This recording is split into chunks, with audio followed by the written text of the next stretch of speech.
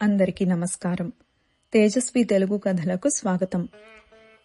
పరమాచార్య స్వామివారి గురించి ఈరోజు మనం చెప్పుకోబోయే ఈ అనుభవం పేరు తమ నామధేయం. సేకరించిన వారు గురుచరణ్ దాస్ గారు. చాలా సంవత్సరాల క్రితం పరమాచార్య స్వామివారు జ్యేష్ఠమాసంలో తంజావూరు పర్యటనకు విచ్చేసినప్పుడు జరిగిన సంఘటన ఇది. ఆ పరిసర గ్రామాల ప్రజలు, కొన్ని గ్రామాలు కలిసి సమిష్టిగా భిక్షావందనం సమర్పించేవారు. అనగా స్వామివారికి, మఠం సిబ్బందికి భోజనం పెట్టడం. సంతానం గారు కంచి మఠం ముద్రాధికారిగా చాలా కాలం పనిచేసి ప్రస్తుతం తమ గ్రామంలో విశ్రాంతి తీసుకుంటున్నారు. స్వామివారు తమ పరిసర గ్రామాలలో పర్యటిస్తున్నందువల్ల సంతానం గారు స్వామివారికి వారి గ్రామం తరపున భిక్షావందనం చెయ్యాలని తీవ్రమైన కోరిక. అయితే అంత ధనం తాను సమీకరించగలనా అని సందేహం. గ్రామ ప్రజల నుంచి కొంత డబ్బు వసూలు చేసి స్వామివారిని కలిసి భిక్షావందనం స్వీకరించమని ప్రార్థించి స్వామివారి అంగీకారాన్ని పొందాడు. సంతానం మేనేజర్ను కలిసి, మేనేజర్ గారు, అంతా కలుపుకొని భిక్షావందనానికి ఎంత అవుతుందంటారు అని అడిగాడు. అందుకు మేనేజర్ 250 రూపాయలు మఠం ఫీజు, కూరగాయలు, పళ్ళు అదనం. చివరి పాద సమర్పణగా వారికి తోచింది 500 నుంచి 1000 రూపాయల వరకు ఇస్తారు అని చెప్పారు. సంతానం ఊరివారి నుంచి 500 రూపాయలు వసూలు చేయగలిగాడు. కానీ పాద సమర్పణకు డబ్బు లేదు. ఒకటే దిగులు.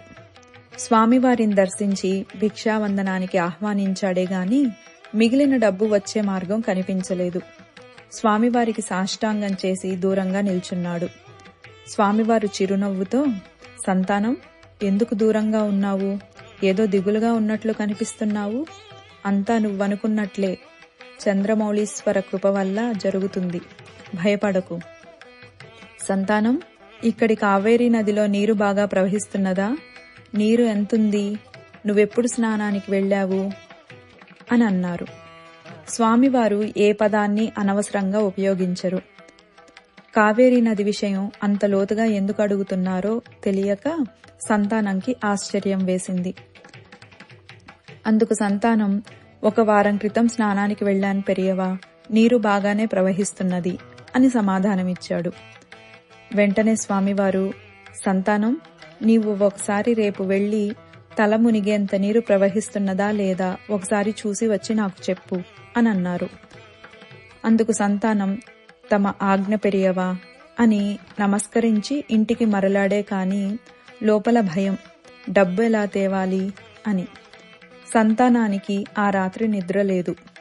తెల్లవారుజామునే లేచి నదికి బయలుదేరాడు. నది ఒడ్డు నిర్మానుష్యంగా ఉంది. నదిలో దిగి స్నాన సంకల్పం బిగ్గరగా చెబుతున్నాడు. ఇంతలో ఎవరో బిగ్గరగా, శాస్త్రిగారు ఆగండి, నేను వస్తున్నా, నాకు స్నాన సంకల్పం చెబుదురుగాని అని వినిపించగా సంతానం తల తిప్పి చూశాడు. ఎన్నడూ చూడని ముఖం, వినని కంఠం. సంకల్పం అయింది. ఆ ఆగంతకుడు 500 రూపాయలు తీసి సంతానానికి దక్షిణగా ఇచ్చాడు. సంతానం ఆనందానికి అవధులు లేవు. ఆ ఆగంతకుడు, సంతానం గారు, చాలా పొద్దున్నే మడిగుడ్డలతో చాలా మంది వెళ్లటం చూశాను, ఏమిటో విశేషం అన్నాడు. అందుకు సంతానం, ఈ సమీప గ్రామంలో కంచి మహాస్వామి వారు వేంచేసి ఉన్నారు, వారి దర్శనార్థం అయి ఉంటుంది అని అన్నాడు. అప్పుడు ఆగంతకుడు, నేను స్వామివారి దర్శనానికి ఇప్పుడు రాలేను, మీరు వెళ్ళినప్పుడు వారికి పాదదక్షిణగా ఈ 500 రూపాయలు సమర్పించండి అని అన్నాడు. డబ్బు సంతానం చేతిలో ఉంచి ఆగంతుకుడు వడివడిగా నడుస్తున్నాడు. సంతానంకి ఆశ్చర్యంతో మాట పెగల్లేదు. కష్టం మీద గొంతు పెగుల్చుకొని, అయ్యా, ఇంతకు తమ నామధేయం చెప్పలేదు అని అన్నాడు. నన్ను చంద్రమౌళి అని పిలుస్తారు అని ఆ ఆగంతుకుని సమాధానం.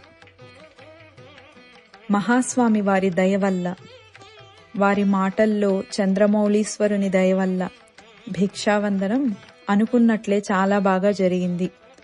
అయితే నేటికి ఎవ్వరికీ, ఒక్క మహాస్వామి వారికి తప్ప తెలియని విషయం వచ్చిన చంద్రమౌళి ఎవరు అని.